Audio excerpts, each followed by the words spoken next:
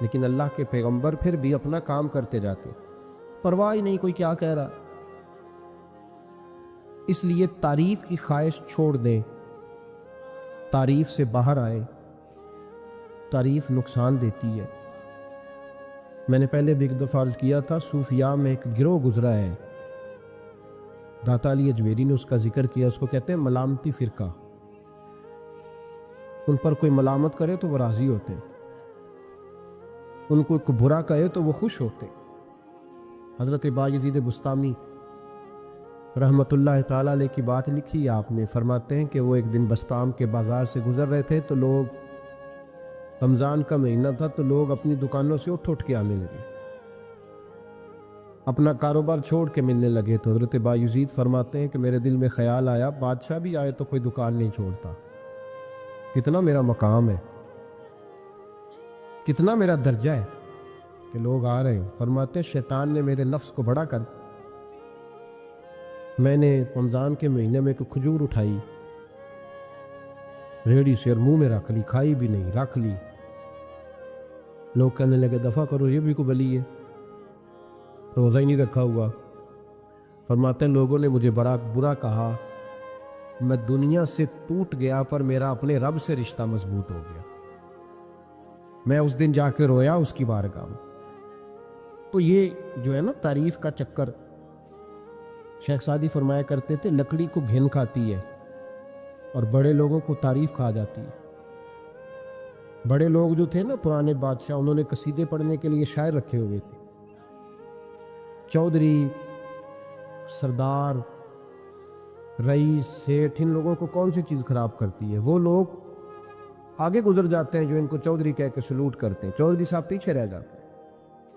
وہ تو بنا کے چلا گیا، اسے کام نکال کے چلا گیا۔ تو کبھی بھی زندگی میں تعریف کی خواہش پیدا نہ کریں، اور صوفی تو تعریف کراتا ہی نہیں، درویش تو تعریف کراتا ہی نہیں۔ وہ کہتا ہے مجھے بندوں کی تعریف سے کیا غرض، میں نے تو وہ والی تعریف کرنی ہے جو میرا رب میری کرے گا۔ آخرت کی طرف توجہ، تو تعریف پر غور نہ کریں، تعریف کی خواہش نہ کریں، لیکن ایک بات ضرور دل میں پیدا کریں، یہ ضرور سوچیں کہ اچھے بندے اور مخلص لوگ، شریف لوگ آپ کے بارے میں رائے کیا رکھیں، یہ ذہن ضرور بنائیں۔ مخلص جو آپ سے مخلص ہیں، مخلص لوگ، اچھے لوگ، شریف لوگ آپ کے بارے میں کیا رائے رکھتے، اس رائے کا خیال رکھنا بھی دین کا حصہ ہے۔ حضرت عمر فاروق رضی اللہ تعالیٰ عنہ فرماتے میں کھڑا تھا، یہ بخاری شریف میں حدیث ہے، فرماتے میں کھڑا تھا نبی پاک صلی اللہ علیہ وسلم کی بارگاہ میں تو ایک جنازہ گزرا۔ جنازہ جو اٹھانے والے تھے نا، وہ کہہ رہے تھے کہ یہ بڑا ہی اچھا انسان تھا، اس نے غریبوں کی خدمت کی، دین کی نوکری کی، لوگوں سے پیار کیا، ماں باپ، بہن بھائی، رشتہ دار، ہر ایک کے لیے اس کا رویہ اچھا تھا۔ فرماتے ہیں نبی پاک صلی اللہ علیہ وسلم نے جنازہ اٹھانے والوں کی بات سن کے فرمایا واجبت، اس پر واجب ہوگی۔ حضرت فاروق اعظم رضی اللہ تعالیٰ عنہ فرماتے ہیں تھوڑی دیر کے بعد ایک اور جنازہ گزرا، اور جنازہ اٹھانے والے کہہ رہے تھے بڑا شریر آدمی تھا،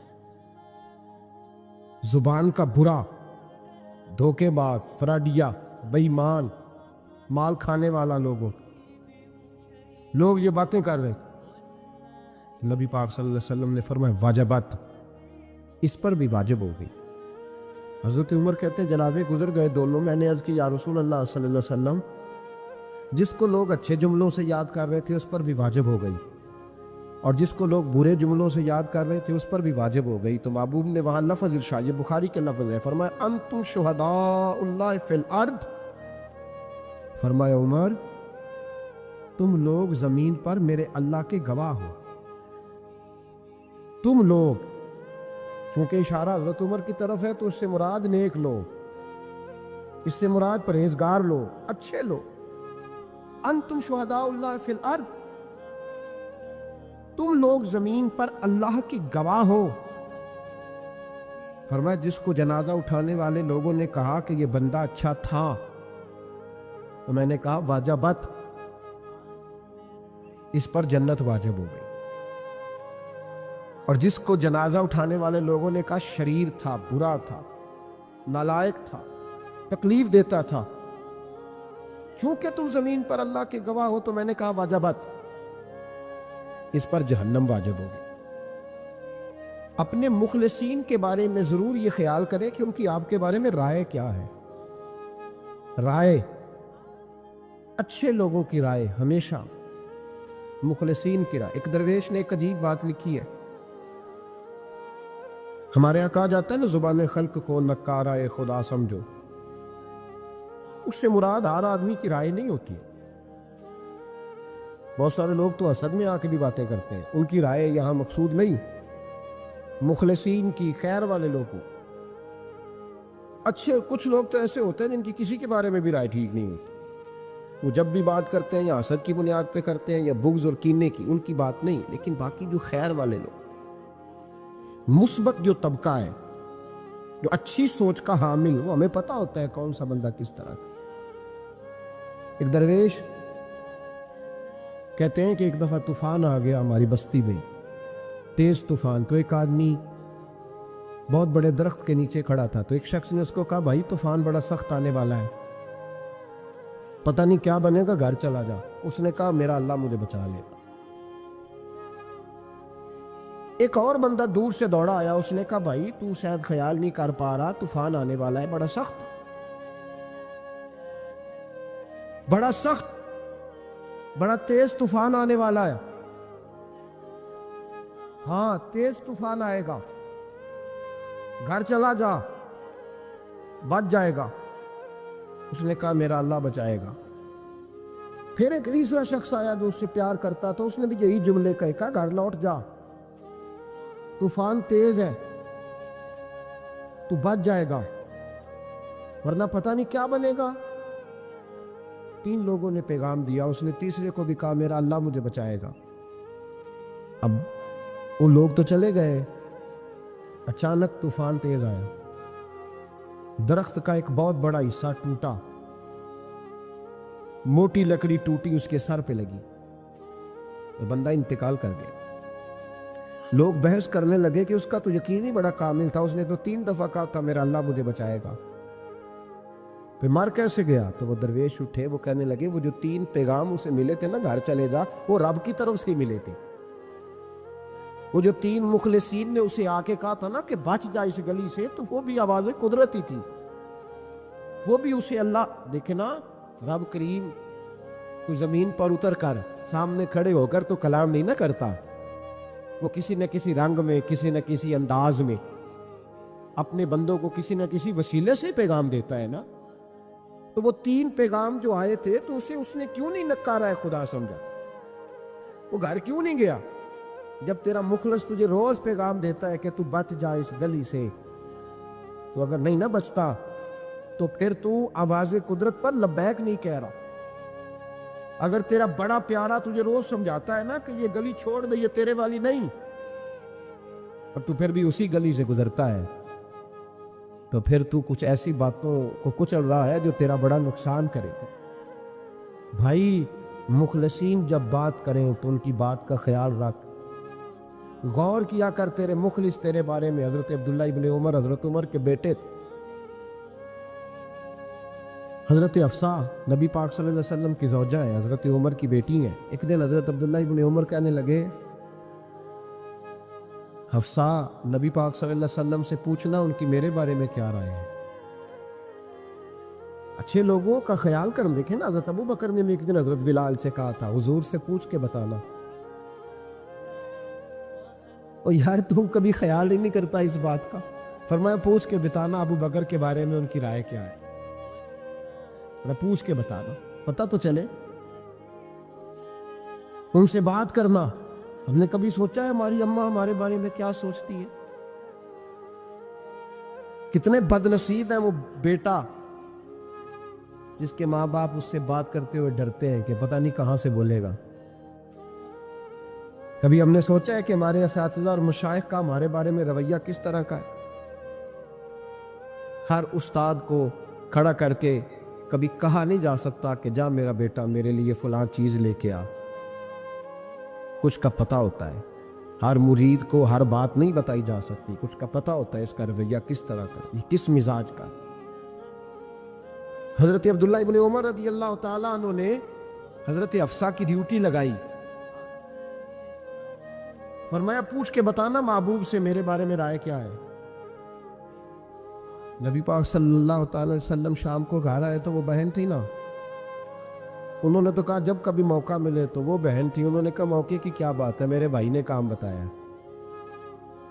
اسی دن ہی محبوب پاک علیہ السلام سے پوچھنے لگی، کہنے لگی یا رسول اللہ عبداللہ ابن عمر کے بارے میں آپ کی کیا رائے ہے؟ تو میرے محبوب علیہ السلام نے فرمایا عبداللہ لڑکا تو بڑا اچھا ہے تو رجل صالح، نیک ہے،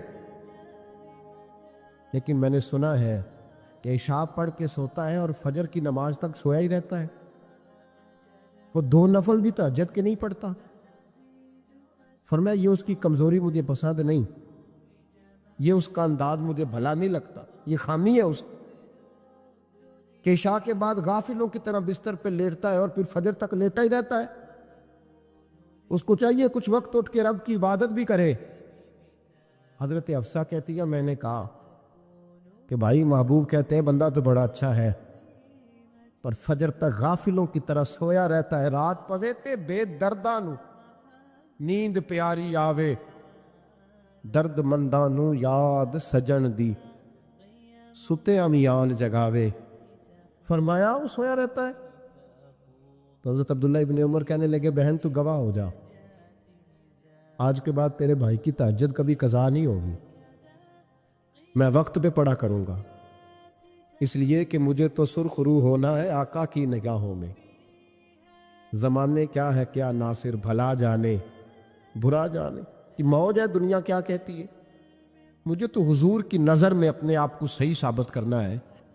تو یاد رکھیں اہل خیر کی ہمارے بارے میں رائے کیا ہے، اس کی ہمیں خبر ہونی چاہیے، اچھے لوگ ہمارے بارے میں کیا کہتے ہیں، یہ چیز ہمارے لیے سرمایہ ہونی چاہیے، ہم ان چیزوں کو یاد رکھنا چاہیے۔ ایک تو کبھی تعریف کی خواہش نہ پیدا کریں، ہاں اگر کبھی جانچنا ہو تو یہ ضرور دیکھیں کہ اللہ کے بندے نیک لوگ اہل خیر ہمارے بارے میں کیا کہتے ہیں، ان رویوں کا ضرور پاس کریں۔